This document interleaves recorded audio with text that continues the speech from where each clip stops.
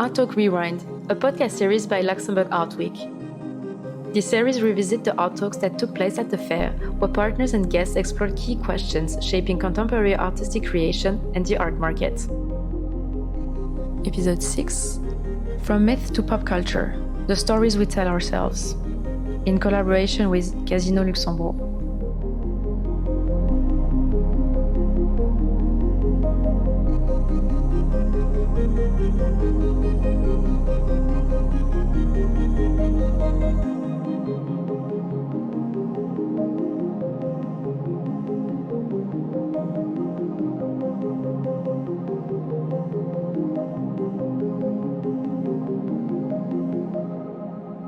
Good afternoon. Thank you for being here. My name is Ricardo Domeneck. I'm from Brazil. I would like to thank the Luxembourg Art Week for the invitation. This event is happening also in collaboration with Casino Luxembourg. So I would like to thank Kevin Mullen for the invitation, also Stella for all the work. I'm here just to moderate a conversation between Esben, Weile, an artist from Denmark. Did I get that okay? Sorry, I'm from Brazil. Scandinavian names are very difficult for me. And now it's going to be even more difficult. Ásta Fanney Sigurdardóttir. Great job. Was that okay? Was that presentable? That sounded as Danik. Yeah. Good. We are going to have a little conversation about their work. Also, I don't know, maybe I can actually recognize a couple of faces from Friday. They had a performance on Friday at Casino Luxembourg. We're going to talk a little bit about that. And they also brought some images of their work because they are very multidisciplinary artists working in different fields. So we're going to have some images on both sides. I think here we have Ásta and here we have Esben. Okay, I'm going to start with a question a little bit about context, because here we are in Luxembourg. I'm Brazilian, you're Icelandic, you're Danish, we're speaking English. So it's this very international situation, and we're trying to have a conversation. So I would like to actually hear, because I come from the literature field where language is always somehow a barrier, right? You need translations. You can only present your work if it has been translated. When you are in the visual art field, there's this feeling that it can travel, it can cross borders easier.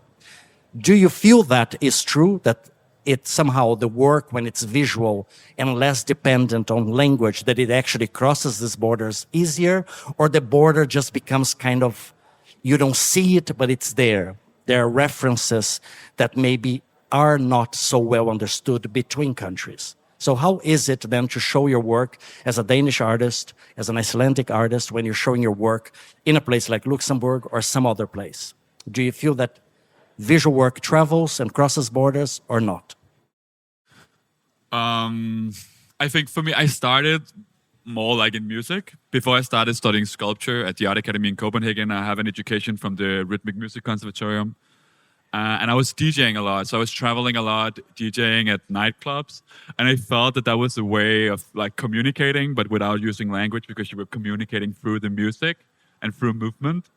So I think for me, it started like that, of like, this whole traveling and having conversations, crossing borders in a way. So I also went in many contexts where we couldn't speak because the organizers of the parties were not speaking English and I didn't speak like the language they were speaking. So in many ways, that was kind of the beginning. And I think that's also why in my performances, I never use language or anything. It's always just movement and music. So I think it's quite easy though, but I mean. Yeah, I think like because I do maybe both like poetry and then visual art like on the same kind of level. Like I do as much as poetry as I do art, kind of. But it's also like weird to think about it, that it has like a border. It's just like how you focus on it and where your perspective goes, kind of. Like for example, if it would be a poetry festival, we're so focused on the text and how meanings can be different in each language, and like focusing on translation and how you think about things. It's mostly how you think about things. And I think like in visual art, it's also like, I think about that as well a lot, like how you think about things and how you can misunderstand things. And I think it's like just different viewpoints on what you're focusing on. I don't know. Not to insist on that, but let me ask then a very precise question. For example, when you are choosing what to do in a specific country, so you have an invitation to do something in Luxembourg. The fact that you're going to do it in Luxembourg or somewhere else, does it define what you're going to do and what you're going to show? Or you could show what you did here elsewhere without a problem. Does that come into play? I mean, I didn't choose because I was trying to suggest showing another piece here, but it got declined because they wanted specifically my piece, Hardcore Freedom, which is 5 years old. Sorry, it's my fault. No, it's all good, but it's a 5-year-old piece, which were in my exhibition, Hardcore Freedom in Copenhagen in 2020. And I think often when I get invited, it's because of like a specific piece. So I did a piece called Burn. I can't remember when, maybe 19, which were made for the National Gallery in Copenhagen, with these firefighters that are like stripping, evacuating, falling inside of these like fireworks. And every time this piece got invited to be shown like a new place, there was always like a new problem like happening. When we did it at the Pompidou in Paris, like twice a day over a week, there was this giant shitstorm because the firefighters of Paris thought that we were making fun of them. And I was never thinking of that as a possible, like, I don't know, conflict around the work. And when we did it the year after at MUMOC in Vienna, there was this discussion about if it was the right, it was because the whole history of Austria in relation to like burning artworks like by the Nazis during World War II. So having like a piece called Burn with fireworks inside of the museum was complicated in another context. So often the context of the country is defining the discussion around the piece, but it's something that I can never like. I can think about a lot of other potentially like things that could happen, but that will never happen. It's always like something that I didn't think of. Yeah, it's also like because you go into another country and you don't fully like understand the cultural landscape. Like you don't know exactly the references or where it will go unless you live there and you speak the language and you know it somehow in your bones. So you're like, this kind of could be understood in this way or this way. So you're always like gambling when you go. You're kind of like, and like maybe asking questions or seeing like, it's also like a surprise. Like you were talking about surprise of like how it changes in a like totally different way. But I think like if I am invited to like Luxembourg to do something, it's totally different than what I would do in, I don't know, Denmark. In Iceland, for example? In Iceland, yes, I think so. Because I also like to like make a framework and then improvise within that framework. And like the energy of the room like kind of changes the way the performances goes also. And I like that because it has this feeling of like intense liveliness or like something dense that you can almost touch. It's like the energy of it. I think I like that, to work with it. I mean, you both use performance. You use like different art forms, different languages. I have the feeling that in your work, the performance is always very present because of the poetry. It's performed. The music, it's performed. You are here in a context of visual art with images being shown, but you also performed. In your case, you created these environments, these pieces, and then there are performances that happen within the environment. Do you make any distinction between the performance and this other? For example, your work, the environment you created, without the performance, is it a different piece from the moment that the performance is happening inside the work? I think the performance transformed the space somehow, but for me, I think my approach also to performance is not from a dance perspective. Like it's never focused around the choreography. It's more, it's the way I work. Like in the performances, create these kind of still images. I don't know if we can go to the photos from the original Hardcore Freedom piece because, okay, whatever. But I create these like architectures which are both, I guess, sculptural, but also look like scenography. And of course, they get activated by the performance. It's this one. This one is the original piece from 2020. And when you were visiting the exhibition without the performance, it was this architecture and this 5.5 meter neon sign and a mirror floor, right? And most of the time, the exhibition was open without the performance. But every Thursday night, there was this 2-hour-long performance that transformed the space. And all the leftovers from the performance. I think if you go a bit further, you can see performers in the structure. All the mess that they created was there, staying. So when people were visiting the museum Monday morning, you could smell the cigarettes and the wine, and you could see that something happened. And in the end, after these 3 months, it was completely messy. Like the whole installation was changed. You can see there from one of the performances. So I think I really work with also how performance can somehow leave something in the show and kind of also change the vibe, transforming the vibe in the exhibition. If you guys go to Casino Luxembourg, the Tinkerbell neon piece that you saw in the previous, it's there to be seen, also with the leftovers of the performance on Friday. Ásta, this notion of performance and how it changes the piece, or because it's different the way you work with it, right? No, I think also I relate to what you're saying, but I think I also I like to make like stations of things, and when I leave them, it's also like really open of like what actually, it's not obvious what happened. It's more like a mystery of what is, and it can like the possibilities of what can be. It's like, I think I look at sometimes like sculptures and things and artworks that I do as kind of like activation pieces or something. Like it can like be taken into like so many directions. And I think also like the part that I like to improvise is also like, about that.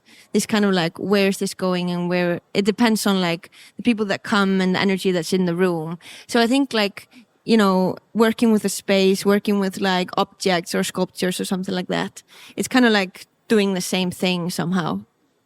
I mean, you both, you are not the only ones performing, right? Like on Friday, both of you had different people performing with you. In your case, you had the musicians playing while you did your vocal performance, and also with the clothes and so on. You had several people performing with you. How is that like this when you are performing with other people, but they are somehow performing your piece? Is this a collective effort? Is it a collective creation? How much direction is there from you, for example, in terms of what should happen? I mean, you have a lot of like talk with a group, right? Like you have like code words, like you have everything, like, because it's kind of like dangers are fragile, or like what you work with, it like goes to the edge. You were we need to have like a codex somehow, like we have safe words and all these kind of things, because it's really physical in many ways. And I think also many of the people I work with is people that I studied with at the Art Academy. This piece I made when I was like, I think on my bachelor at the Art Academy in Copenhagen. So I think it's also about culture, and many of these people that are performing the pieces, some of them are professional dancers, but most of them are just like artist friends, and I think we created this culture around the practice together because we have been performing the work so many times. And it's an ongoing conversation. And when we did Hardcore Freedom the first time, we had 2 weeks of rehearsal up to the opening.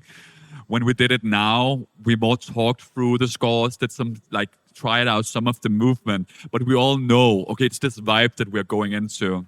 We know the work so well. So it becomes less and less. I mean, it is, yeah. So it's, to answer your question, yeah, it's a lot about the people who perform the work, and that's also why I always use the same people. It will be impossible for me to cast the performers here, because it's not about learning a choreography. It's about like getting into the thinking around the work. I mean, it took a while here in Luxembourg, but at some point you got the people who were there to see the performance also to somehow become performers themselves. Yeah, and I love that. When we were in the end of the performance, I remember when Underworld was playing, I was lying on top of the disc looking over the crowd, and I was like, there was no space for the performers to perform because there was just one big dance floor, and there was guests who was like starting lifting each other, and I was like, okay, this is perfect. I mean, that's when you consider that this particular performance is successful. Let's use that word. So like when that happens, or I don't know. I mean, it's the first time that happened, because when the show was doing like COVID-19, so there was a lot of restrictions. But I mean, for me, I think that was a beautiful way to end the work. That, you know, the whole, I guess, borrowing between being a performer and be just a guest and the guest at the institution, it's merged together somewhere, and the performance then transformed the space, which I guess is a lot about, which is for me like for sure a dream, yeah. But that was the first time that this happened then, like that. I mean, we performed the piece in Vienna for Curated by some years ago, but it was not like, that was in an apartment, so it more felt like an afterburner of something. I don't know. This one was interesting because it was just like, I don't know. For me, it was just looking at it and it was like, okay, we don't have to do anymore. Like it's going on. It's like, it's out of our hands somehow. And I was like, that's... I was curious about one thing. Who selects the music? I did. And the funny thing was that the music was running in the original exhibition, you know, nonstop. So it was like this 2 hours mixtape that I made that was just like running in the space. And when we performed it now, I really wanted to change some of the songs because I was so annoyed by them, because I've been like listening to it so much. But then one of the performers, Johan, was like, no, you can't do that. It needs to be the original soundtrack, you know. So I didn't change anything. It was like the first hour of the original soundtrack.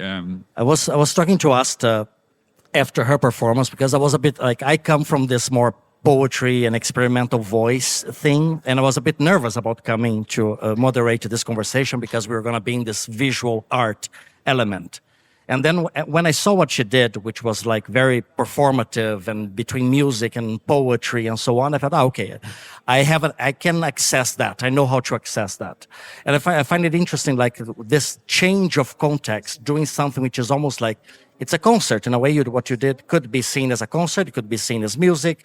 It could be seen as vocal poetry. It could be seen as performance. Does that make a difference, like where you are performing that and how it's going to be perceived by the crowd? Yeah. Performing that in a gallery, for example, Casino Luxembourg is for visual art. Performing that at Casino Luxembourg, or performing that at a music festival, or performing that at a poetry festival, would the piece be different? I think like because I'm in such a different genres, kind of like different professions, and like I'm doing music and then I do like poetry and then I do art. And then I used to like put myself into boxes, and I had like separate clothes where I was like, now I'm going to be poetry Ásta, like, and now I'm going to be like musician Ásta. And I had like actually a wardrobe, like here more for fun though, but like here are my poetry clothes. I'm going to wear them on and then I'm going to read poetry. And then it's such a, you know, it became such a weird space, although it was just for fun. It became like I was kind of separating my soul somehow. And like it's such a strange section because you're so fixed on like how you approach things. If it's like in a mindset of this is a poem and this is music. And then it kind of like, of course we've been doing that for like, you know, a long time though, but it's still like there. You can feel the barriers. You could feel it, you know. And I think like I started to do like, I go to a music festival and then I did poetry, you know, what I would do. But because of the context, it became totally different. And it became like, yeah, okay. And then I was doing like, I was like swapping everything and like, you know, changing my wardrobe into like, you know, it's like we're so fixed. We're sometimes so fixed on things like how they look and where they are put and where they fit somehow. So I think like for this, for example, I like to make things that are like, it's like mixing perspectives. So I'm taking the perspective and putting them in a soup. So I'm presenting them. So I swap from like, here it's music, but here it's also poetry. But if you look at it from this perspective, like from the visual perspective, it's like totally different than if it would be in a poetry festival. So I'm like swapping it, like trying, that's what I'm trying to do, like swap it like million times a second, like this kind of back and forth, like in this kind of chaos soup, I guess. I don't know. Maybe I should have asked you that before, but maybe it's interesting that I don't know the answer.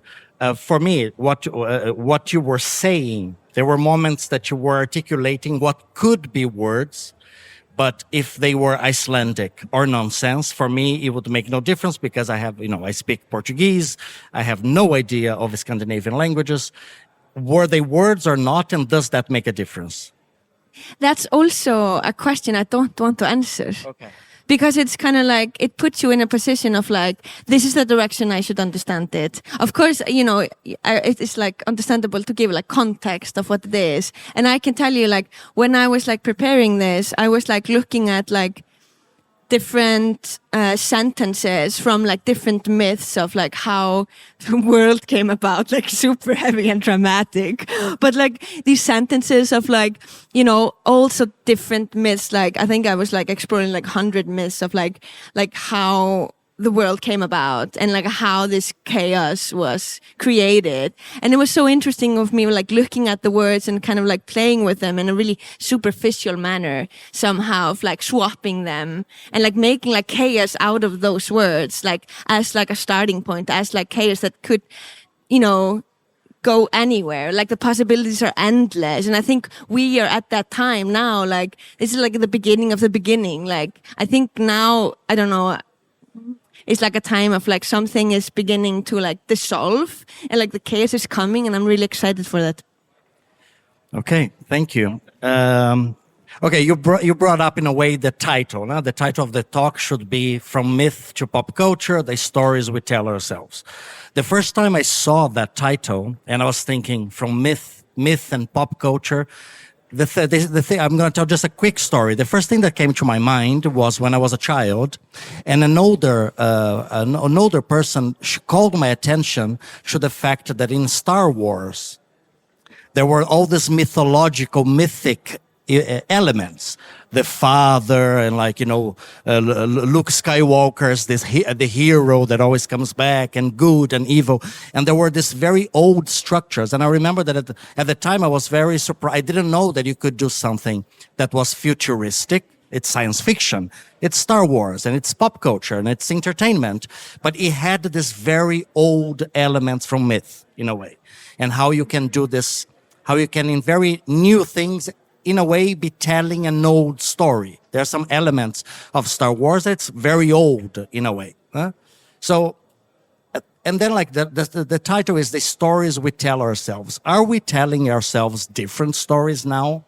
Like coming back to this notion of very old elements in new stories. Like people talk so much now about technology and it's taking us to a new world and things are very different now. Are we really telling ourselves different stories, or they are the same old stories? And I'm not judging. I'm just interested in how you see that. I mean, it has never been an aim for me to create something original. I always just like I use what's already there.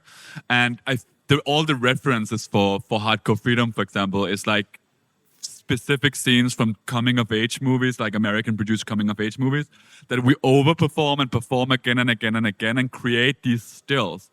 The performance is all my performance is a lot about photography. It's more about photography than choreography. It's images. And I think we're reproducing the same stories so many times so they fall apart. So in a way, I will say, yeah, I'm just telling the same story. I'm like using what's already there. I'm reproducing like a scene from a Hollywood-produced movie until it's not there anymore, until it's falling apart. So the whole performance is non-stop creating these images that you know, and you're like, oh yeah, this is like an image. This is a really normative image of like what youth and freedom could look like. It's a stupid image, and then it's falling apart because it's doing it so hard until it's just like reshaping or like recreating or like mutating. So that is my approach to whatever could be like something new or like a new. It's like let what's already there fall apart to create something new. Yeah, I think like working with stories and working with myths, I think this is like the question also of the talk. Because when I was working with it, like looking at entertainment, looking at TV shows, looking at literature, I was really going into the kind of like these made up languages in these kind of things like TV shows and like books, like how we kind of create a language within a language and how we understand things within that language somehow. Like, for example, I was looking at Klingon, which is a Star Trek alien species. Yeah, I don't know if you know it. But like in that language, when I was like looking at it, I figured out that they don't have a word for love. They don't have a word for compassion, because these alien species, they're like really violent and they only kind of, you know, consider pride the most and foremost, and then coming from like human perspective, which is like the, most important thing is like love and compassion, most of the time in all of these stories. And I think like working within that language, within the alien species of being so inhumane, like you can't really describe, you don't even have a word for love.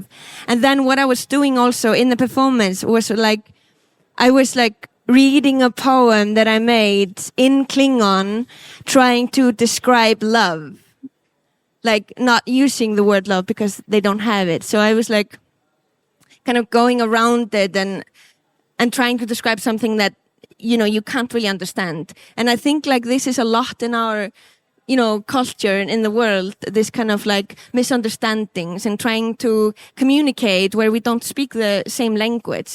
And I think that's also in these stories, like you tell yourself stories, you tell other people's stories, but you're really not really speaking the same language. So you really have to get into that language to like trying to describe. This is also like what translation is, like the problem with translation of like, how do you infiltrate something and like describe something good in it when, there's no capacity for that. I don't know. I think that's also, what's kind of going on in the world. It's like, yeah. Just like both with translation and with like cinema. So when I'm watching something from a culture that I know very little about that culture. And I know that I can appreciate it aesthetically, but there's always that fear that I'm missing something. There's something happening in this movie, or there's something happening in this book that if I belonged to that culture, I would probably get all the references, but because I don't, and that nagging feeling of like that something is getting lost in translation. Yeah, I think we're also sometimes like so fixed on narratives and fixed on stories. Like it becomes like a part of our thinking that like limitates us. And I think what you were talking about, this kind of like, you don't want to hire performers because it's like a mindset. It's like a vibe that you kind of, and I think that's like transforming this vibe into like not really telling a narrative or not telling like, this is the story, but more like this is the vibration. Like this is the vibration and not really trying to tell a narrative. I think that's also what we need, this kind of just like transforming some kind of different thought. And you can do it like maybe without language or, showing it somehow. Anything you want to add? I don't know. I think, we're talking a lot about performance, but I think actually I have exactly the same approach as I have in my performances to my more sculptural practice. And right before we had like photos over there from Berlin of this like exhibition I made some month ago called Milky Way at Trauma. And there was a performance connected to that one where performance that was walking around the Neue Nationalgalerie for 2 hours. And it was exactly the same movement in the performance as there was in the stained glass windows and the big sculpture. And in the sculpture, there was also an old DDR slide from a playground that was attached to it so you could walk up on it. And, while walking on the sculpture, you will make that movement from the performance at the Neue Nationalgalerie and then slide down the old DDR slide. So you have that, for me, the movement of the work, of the sculptures, of like the architecture is the same approach I have to the movement and the performances. So I always try also to let people walk in my exhibitions in a way where they walk through somehow like in some of like, I don't know, the scores that we're working with in the performance. It's a bit more that way. Yeah. I'm interested also in knowing if somebody came to the performance, somebody in the room like came to the event. Was anybody here at the performance on Friday?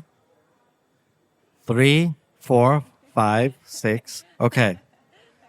Yeah, that's. I thought maybe I should ask them to describe the performance, but that's, I guess, would really defeat the purpose of the performance. But like about this, for example, you're saying it's the sculptural elements and the objects, and then performance, which is durational. It only happens there in that moment. We are at like the Luxembourg Art Week. We are several galleries here with objects on the walls, things that are there, can be seen now, can be seen tomorrow, can be bought.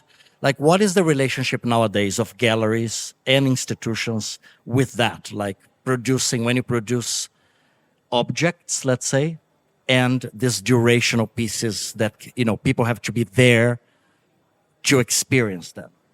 Is this still complicated? Is it easier when you produce objects than when you make performances? Is there a preference? Do you feel that there's a preference from institutions? I don't know if I'm putting you in the hot water with this, but I think I would be interested about that.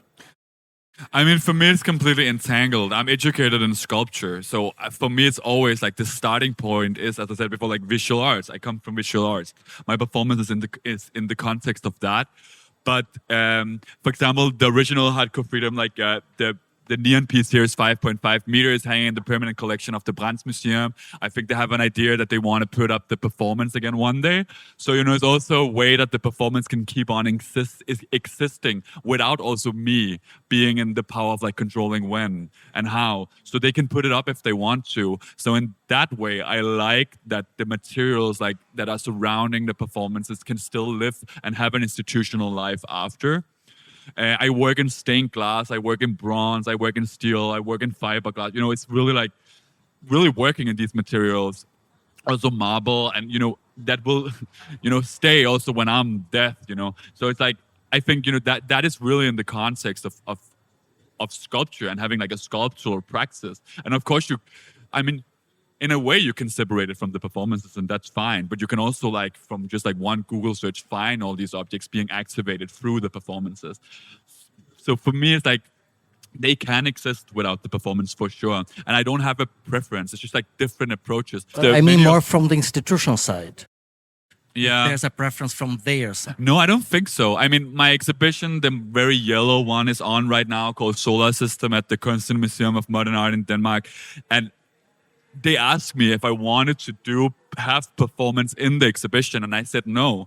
I mean, this exhibition is an installation, and there is sound, and I use all these elements that I usually use also in my more performative works. But the guests are the performers here. It's the scenario. It's like it feels like walking in a film set, right? So it's just so like from exhibition to exhibition. And then many of the photographs, many of the motifs I'm working with in my stained glass works right now, my photographs from the performances. So it becomes this echo that I sit with all this material in the studio after and make them into like line drawings and do these stained glass posters. So they're feeding each other. Like the performances are feeding the sculptures, and the sculptures are feeding the performance. Yeah, I think this is also like the reason why I really relate to your practice, because this is like similar to my view of like it's not one way or the other. It's just like a ongoing, talk between, and it can like multiply and like go in other directions, and it's just like lives on. Just like for when your performance was happening, it kind of like transcended itself and like went into the real life, this kind of like fantasy and real, like and fake, and, kind of like what is pretend and what is not, like this is it, and then no more, then it's finished. Like the performance is finished. They're like, the art is here and not here. Like this kind of like the bleeding out of things, of like, and the multiple kind of possibilities of it. I think I like that really much. And I think that's also like the video work that I had on was like these kind of two persons or like creatures somehow. Like you would see like it's human, but it's also like pretending to be something else. Like it has like really bad kind of makeup on and these kind of fake ears of like being an elf from a fantasy or something. And like one person was like crying and the other person was laughing. And then like slowly the one was crying started to like fake cry. And the one that's laughing started to fake laugh. And then it's just on a loop like all the time. And until it becomes like you don't really know which one it is somehow. I mean, do you feel that when, because, as a Brazilian, sometimes I feel that in Europe, I have to deal with the expectations of what people expect from a Brazilian writer. And you're dealing with that as well. Do you feel as Danish or Icelandic when you travel that there's a certain image of the country that you're either going against or for and so on? Because with your video with the elf and so on, it felt really tongue-in-cheek of these expectations of an Icelandic artist. Yeah. And how do you deal with that, with these expectations? I think I try to crush it.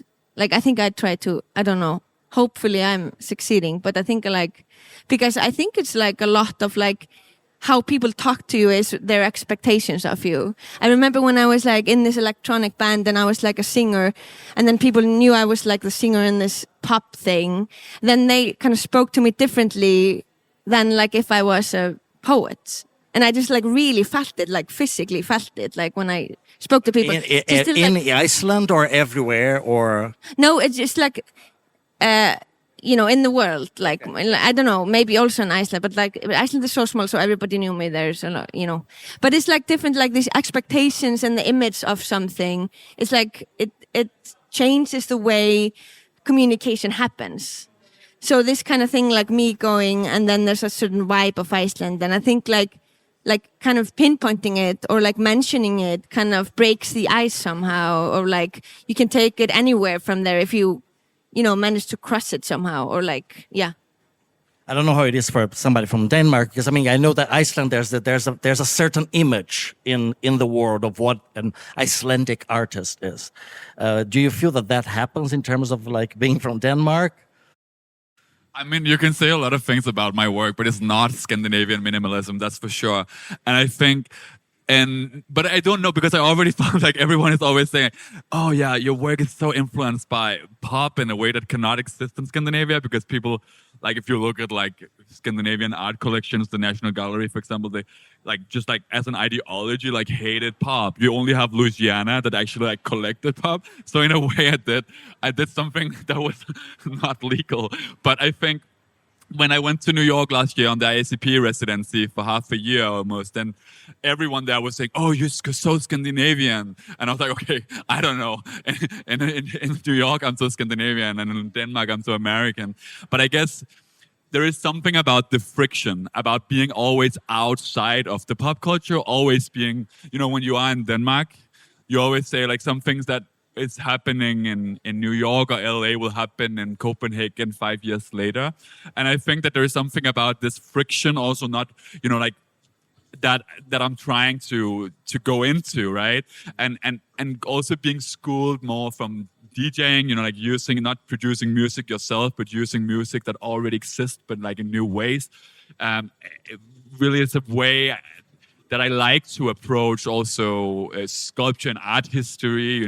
I saw one person saying like this bronze sculpture that was on the screen before, like which is a spider with a Teletubby head with like butterfly wings. It's a bronze sculpture, and it's a bit like if you take Louis Bourgeois, Jeff Koons, and Teletubbies and put it in a blender, then you have the sculpture. So there's a lot of like remixing, I guess. That is the approach I have to visual arts, and that comes from, I guess, being also growing up on social media, like from taking what's there. And I read an interview of yours when you were talking about Isabel Louis and the idea of dance as like something being socially coded of a specific generation. But I think pop references are also very generational. No? Like each generation will have a certain set of what pop is.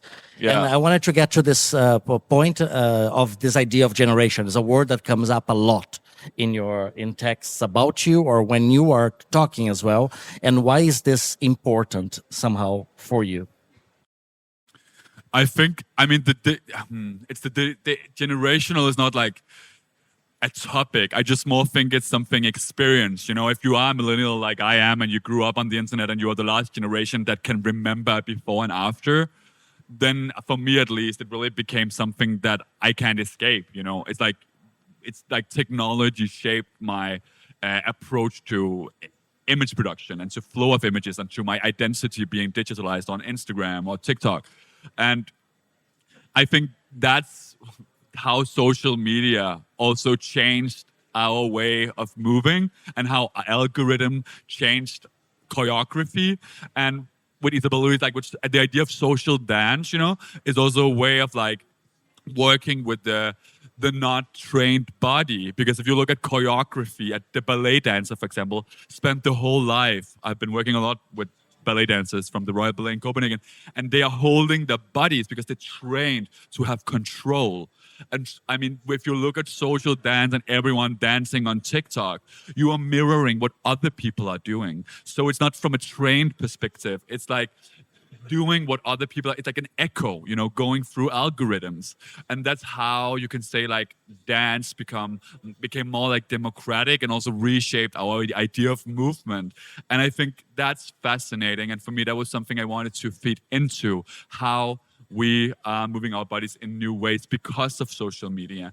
And maybe not a new way, also maybe in the same way. That's also what you see. Because when I started DJing, I was super young. And I remember it was so different how people were moving in a club in Russia than in a club in Paris. And now everyone is moving in the same way because they're all watching the same TikToks. They know exactly how to move to the same tracks. And there is something with the post-globalism that is really like connected to algorithms and to movement. And I think that is fascinating for me also to go with it. TikTok is a lot about awkward movements, anti-choreography, and I think I use that a lot as a strategy in the work somehow. I don't. No, I really agree. Like, it's such a good point. No TikTok at all. Like, but this is like it's so interesting to like look at it from this perspective and like how things are changing. And I think like we will see like so much more of this, like we were talking about before. This kind of like change, and then it will just multiply like in other ways because we don't know what's gonna happen. So like these kind of things can like always like. Yeah, because you were saying that, like, you know, the one of the things that defines so much this idea of generation right now is how much you were exposed to social media and to these specific technologies. And depending on how much and when you started being exposed to it, that it will make a difference on how you perceive. It's like so you see this relationship to technology really defining generations at the moment. Yeah, for sure. I mean, like when we trained Burn, the piece with the firefighters, we looked at like how we trained through watching YouTube tutorials of like how to be a male stripper.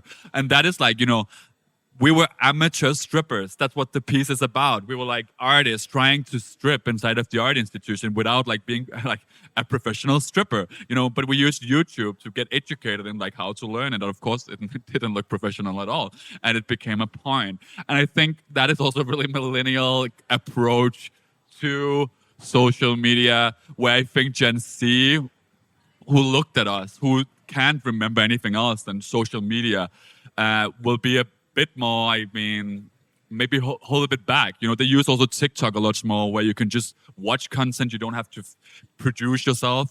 You can be more passive. And I think, you know, my generation, like millennials, was much more out there without thinking too much and exposed ourselves. You know, millennials is all about identity. I think we see now something completely else happening, where being more anonymous and being more in control, I think, will be something that is, I don't know, will be. But I mean, you know, because you could be also very a passive voyeur, and also like on Facebook, you can do that as well. On Instagram, you can do that as well. But you feel that it's happening more now with TikTokers, like in the sense of. Yeah, either you are like you're like using social media, or you're not. And I think many people will now, the newer generations, will look at millennials and Gen X's and be like, what the fuck were you doing? Like, I mean, it's a way of also like sharing too much information about yourself. And I don't know, I really think, you know, there will come new generations now that will be like, we're not doing that. I think it's already happening. Yeah, for sure. Okay, what's next? What are you guys going to be doing? What are the next? Where can we see you next? I'm going to Taiwan for like performance concert similar to this, but like in another direction somehow, working with language and kind of like this kind of intuition and how we kind of connect to words. And you? I'm opening an exhibition with sculptures called Mutation Celebration in Copenhagen on the 5th of December. And then I started working on an exhibition I'm doing at Amand in New York, opening in spring, which will be a lot of these architecture models. It's an outside exhibition that will be over the summer in Brooklyn, so people can walk on the sculptures and like interact with them. And I will be like a social program where I'm together with Amand will invite local performance artists from New York to perform within these structures that I created. So I'm going into a direction also of creating works that can be stages for others' performances and not only my own. Are we supposed to open for questions from the audience, or we don't do that here? We do that? Yeah? So, does anybody want to say anything? Any questions? Any questions? Or do you guys feel that is there something that we didn't cover that you would like to, that you feel it would be important to say? Otherwise, I feel we have had quite a bit of food for thought already. Nobody has a question? It's okay. Okay. So Esben, you said that you're in all your directions, sculpture with stained glass, with performances, etc. Movement is kind of your connecting factor, but you yourself are the connecting factor as well. So how do you prioritize? Is it coming to you that now I'm doing a performance, now I want to do a sculpture, or do you schedule when you do your works? You're in so many areas. I mean, I'm trying to find out how to deal with it because I graduated art school 2 years ago and then I got a studio and then I was not in the studio at all because I was traveling nonstop and was on the residencies and like all that. So now I'm going back to Copenhagen and we'll try to have a more studio-based practice. So let's see how that goes. But I think I'm still trying to find out like how to prioritize because of course like the processes are very different. When you work with performance, you need to be in a studio space where you can be together with the other people you're working with.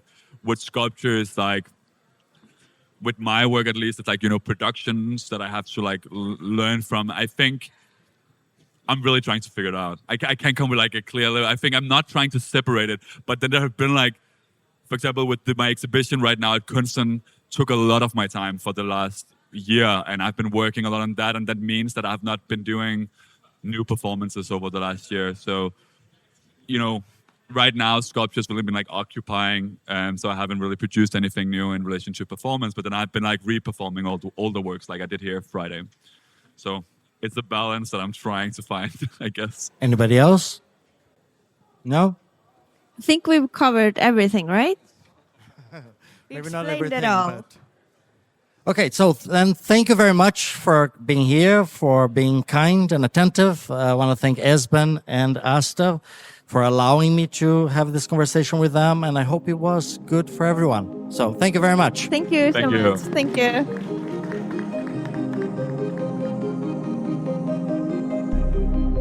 The Luxembourg Art Week team thanks the speakers and partners for their commitment to the Art Talk program of the 10th edition. The next edition of the fair will take place from November 21st to November 23rd, 2025. Join us for a new series of captivating conferences and conversation about art, live at the Glacis, and available for replay after the fair.